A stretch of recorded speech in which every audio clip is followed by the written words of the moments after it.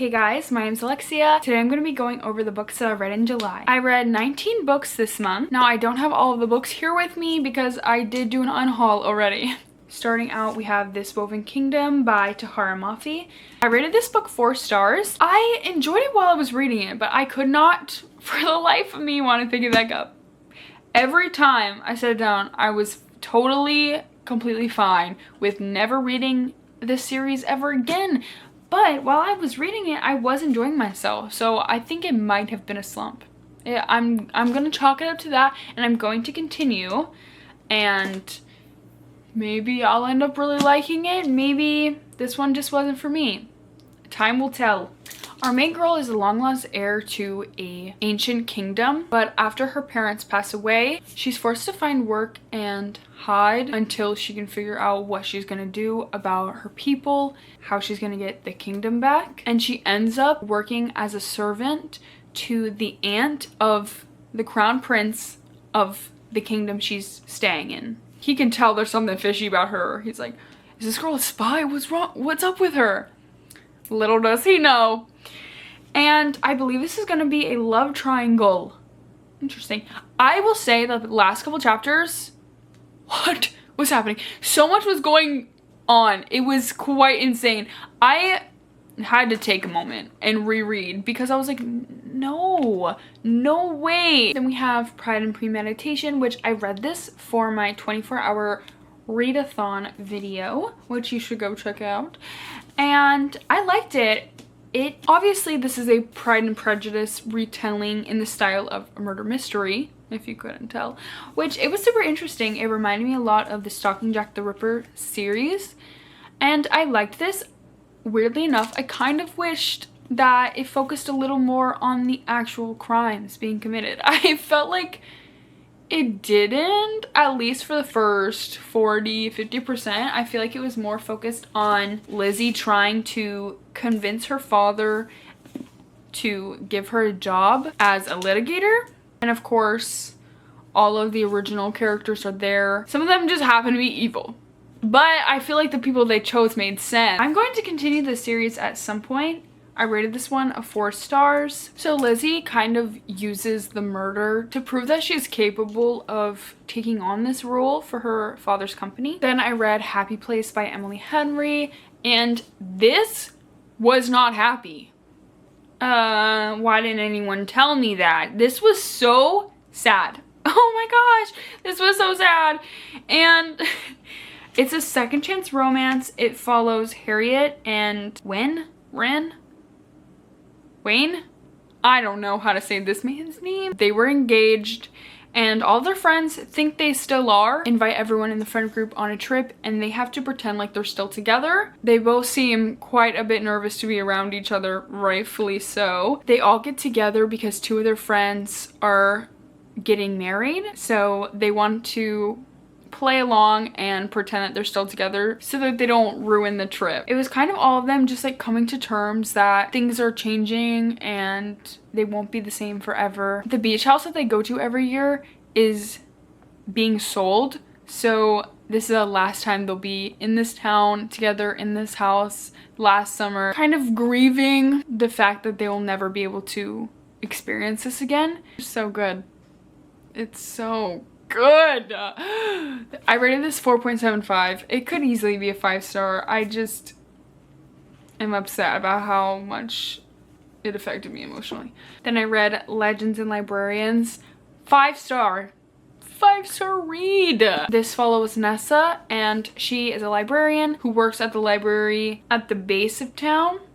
And there's a library up in the mountain that she used to go to as a child, and it was magical and amazing. And ever since the magical storm came and kind of destroyed it, she's been dreaming about the possibility of going back to restore it and work there and get everyone back in this amazing library that she remembers going to as a child. But it's not going to be as easy as she thought. The library needs to be given a blessing to be able to restore the magic and revive the tree on the inside of the library.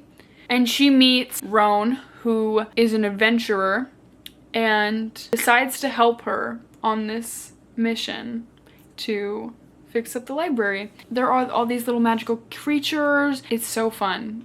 It's like a Studio Ghibli movie. It's amazing and fun and so quick, and there's little art on the inside of the book, and I loved it. And there's romance. I'd say it's a cozy fantasy with medium stakes. Then I read Fate the Sun Queen, which is the third book in this series, and I love this series. I rated it at 4.75.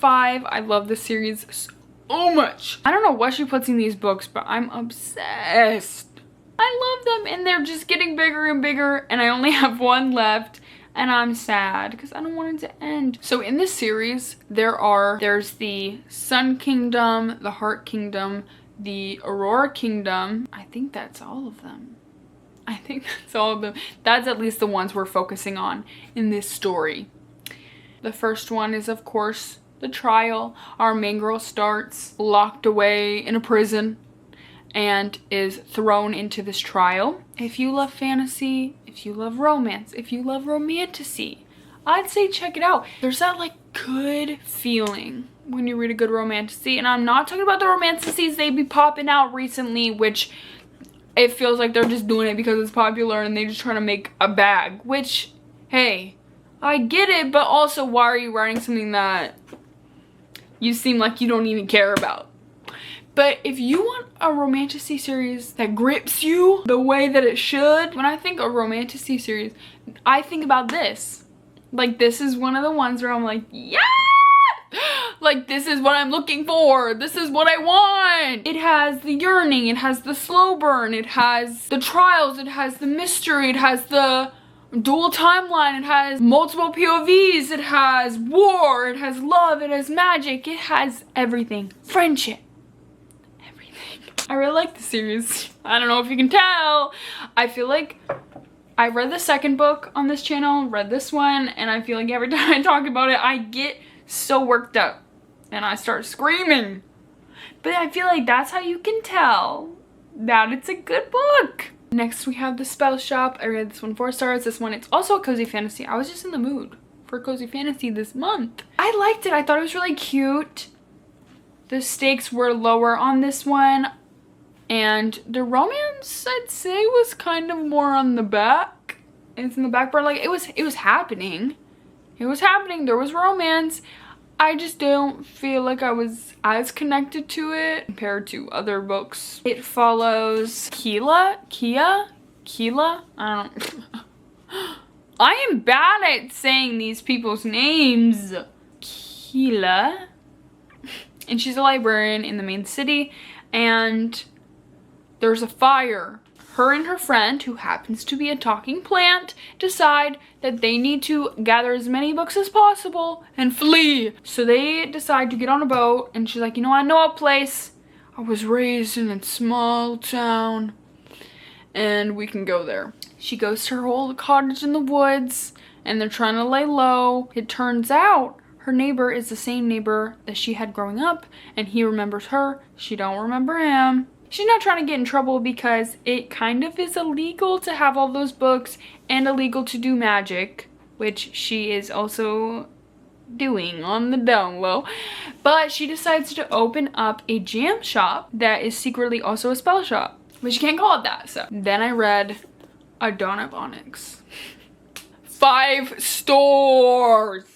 This is what I think of when I think of romantasy. Like, you did your job. You did it, girl. You deserve a pat on the back. You get a cookie. You did it. You did what every author under the sun is trying to do right now. I'm sorry. I need to reel it in. I just have been scorned too many times that when I come across an actually good romantasy book, you're gonna hear me talk. You're gonna hear me talk about it, okay? And I loved this. Erwin. Oh, this is a common theme. I can't say these names. Our main girl is a healer. She has powers that she can heal people. And in her village, she is using her powers to make money to support her, her sister, and her mother because her brother went off to war many a year ago, and he might be dead. He might be no longer with us. So she is quite sad about it. But she has to work to support her family. So she goes home after a long day of work, and her mom and sister sit her down and say, honey, we don't know if he's ever coming back. We think he's gone forever. We have. I'm getting teary-eyed. Sorry, I was getting too into character. I'm really doing it for the bit. Wow. Get me on the big screen. I'm making myself cry. I'm really trying to put on production for you guys so you can get the big picture. And as they're saying this, and she's like, you know, maybe you're right. Maybe I will never see him again. Bang! He comes in the door. We have to flee! There's nothing for us here! We have to go! What is happening? She's confused. I'm confused. We're all confused. It turns out things went down and he had to steal a little money from the army and get away. He said, we have to leave immediately. We can't be here anymore. They're coming for me. Just had to pack everything up. And as they're leaving, they're far away from their home as of right now. Stop everything. The mother's sick, by the way. We forgot mom's medicine. No! And she said, I'm a runner. She is. I'm a runner. I'll go back and get it and be so quick. And they said, okay, girl, you do you. Zoom, zoom, zoom. And she gets there, opens her living room door to walk in to find the whole Onyx army sitting in her living room. Oh no. How is she gonna get out of it? They're like, you're gonna tell us where your brother is. Or, well, actually, either way, we're gonna get rid of you. If you know what I mean. But you better tell us where he is anyway, because we wanna know. And she said, or I have magical powers and I can heal the people in your army if you leave my family alone forever. And they said, actually, that's a really good deal. You're a smart girl. Let's take you with us. So she goes to this other kingdom. She's been captured, but her family is safe, supposedly. There's dragons, there's romance. It's so good. The romance is so good in this. It had me looking up fan art. That's how you know it's good. That's how you know it's good. I'm not even done with the book and I'm looking up fan art. And I can't wait to continue the series. It's a trilogy. It's completed. Why haven't you read it if you haven't already? Then I read One Golden Summer by Carly Fortune. I rated this 4.5 stars. I liked this one. This one is my favorite one by her so far. I've read all of them except This Summer Will Be Different. That's the only one I haven't read by her. And this one follows Charlie from Every Summer After and Alice, who was there that summer, but she was in the house across the lake, so she was just watching them, taking a photo of them, and they never knew she existed, so a little creepy. But the photo of them is what made her realize she wanted to become a photographer. So how cool is that? Her and her grandma decide to go back to the house, even though she hasn't been there many a year. So Alice decides to take a break from work and go to the summer house so they can have a fun summer. And of course, the person who happens to be helping out around the house that they're staying in is Charlie. Hey, Charlie! I love them. Honestly, it was really good. I really liked it. They start spending a lot of time together, becoming really close. Very much gave the summer vibes, which is why I loved her first book, Every Summer After. That was my favorite part. I loved the summer vibes. I could feel it. I would open the book and it was like, oh my gosh. I just felt the water on my face. I'm going more insane as this video progresses. Then I read Savor It. I love this book. This one was good. Rated at 4 stars. This follows Fisher and Sage. Fisher is a cook and he kind of has a breakdown, a freak out at work. Things are going awry. So the bosses decided to open a restaurant, this small town in Oregon, Spoons to be exact. Decides to send him there to kind of take some time away, get out of the city, get away from everything, but also to help with the setup of the restaurant. But he also has a niece that he has custody of, and he moves into the house on the same property as Sage. The town has a festival that has a summer competition every year, and this year she doesn't have a partner because her boyfriend just left her for another woman, and he's doing the competition with her. Ah! How evil! How evil! Get rid of him immediately! So, she's trying to convince Fisher to do the competition with her as their friendship begins to grow. And something more, question mark? Guess you'll have to read to find out. I loved it. It was really good. I really liked it. Then I read The Inadequate Heir, which I rated 4.5 stars. I liked this one. It was a bit of a slow start for me, only because I took such a long break between reading the second and third book. I really shouldn't have done that because then I was kind of like, it took me way longer to get back into it. But I really liked it. It was so interesting reading their point of view because some of this coincides with what is happening in The Traitor Queen, which is the second book, and you get to see the role that they play in it that you didn't really know that was happening. It was kind of in the back while you're reading the second book, but reading this you get to see everything, you get to see the bigger picture, and I really liked it. And I just love this series. This series is so good. This one follows Zara, I think. And she's a Valcata. And Karis, who is a Meridrian. I think that's how you say it. Oh my gosh, guys. The pronunciations in this video are insane. I don't know. He is the brother of Laura. Laura? From the first two books.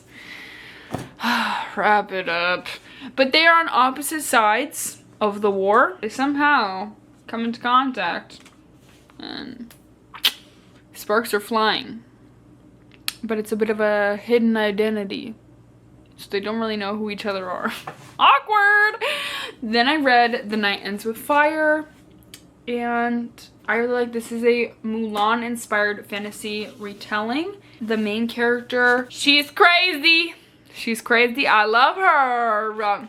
I love when the main character is absolutely insane. I love when the main girl is crazy and insane and she will literally beat people up and like do what she has to do to get the job done. I love it. But she decides to pose as a boy to be able to join the army because women aren't allowed to do it, to get out of getting married. Another book coming out this year, I believe, or maybe it already came out, but I'm excited to continue. I really like it. I'd say it's definitely more heavy on the fantasy. I wouldn't really say there's a little bit of romance, but I'd say it's definitely more heavy on the fantasy, on the world building, on the war. It's really, really good. Problematic Summer Romance by Ellie Hazelwood. I rated this 3.75. Didn't really like it. I got rid of it, obviously. It's an age gap romance, and my only qualm with it is the fact that they mentioned it every 2 sentences. Every time that man opened his mouth, but our age gap, but you're so young, but I'm so old. Hey, maybe stop mentioning it. I'm getting older every time you say that. You're adding 10 years to my life every time you say that. I'm going crazy. You're saying too much. But also, he said nothing at all. The amount of times he said, oh, I'm a Gen Z, you're a millennial. Literally wrap it up. There are lots of pop culture references and slang. And I can't. Then I read In 5 Years. I rated this 2 stars. This was just sad for no good reason. I don't understand why anyone would want to write this. I don't understand why I wanted to read it. Not even sad in the way that it makes you reflect on something. Then I read Alms Tithe.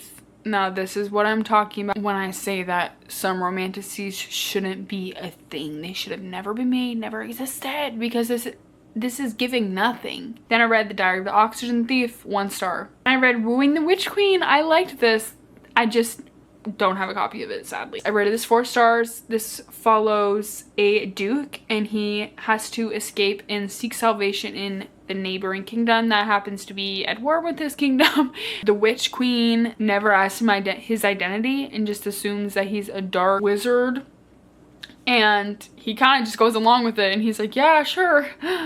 Please don't ever make me go back there. And of course, romance begins to bloom, and I really liked it. Then I read Immortal, rated this 3 stars.